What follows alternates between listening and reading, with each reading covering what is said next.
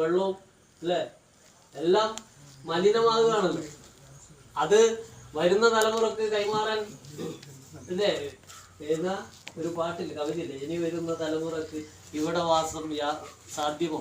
പറഞ്ഞത് ശരിയാണ്. ഈ നിലയിലേക്ക് പോവുകയാണെങ്കിൽ പ്ലാസ്റ്റിക്കിന്റെ കൂമ്പാരമായി നാട് മാറുമ്പോൾ നമ്മളെ മക്കൾക്കും മക്കളും ഇനി വരുന്ന തലമുറക്ക് കുടിക്കാൻ ശുദ്ധജലം കിട്ടാത്ത സ്ഥിതിയിലേക്ക് പോകും എന്ന് നമ്മൾ ചിന്തിക്കുന്നില്ല. ഇപ്പോൾ ഉരുൾപൊട്ടലെല്ലാം ഉണ്ടായി.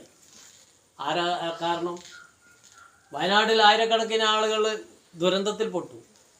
ഒരു 600ഓളം ആളുകൾ 500ഓളം ഏകദേശം മരിച്ചത് കണ്ടുകിട്ടിയതും കിട്ടാത്തതും എല്ലാം കൂടെ ഒരു 500-ന് മേലെ ആളുണ്ടാവും അല്ലേ, 500-600-ന് മേലെ ആളുകളുണ്ടാവും. ആയിരക്കണക്കിനായ ആളുകൾക്ക് ഭൂമിയും വീടും എല്ലാം നഷ്ടപ്പെട്ടു. എന്താ കാരണം എന്ന് പറഞ്ഞാൽ പ്രകൃതിയെ മനുഷ്യൻ ചൂഷണം ചെയ്യുന്നു എന്നുള്ളതിന്റെ ഭാഗമായിട്ടാണ് ഇതെല്ലാം ഉണ്ടാകുന്നത്. അപ്പൊ ആ നില പണ്ട് കാലത്ത് ഉണ്ടായിരുന്നു ഉരുൾപൊട്ടൽ.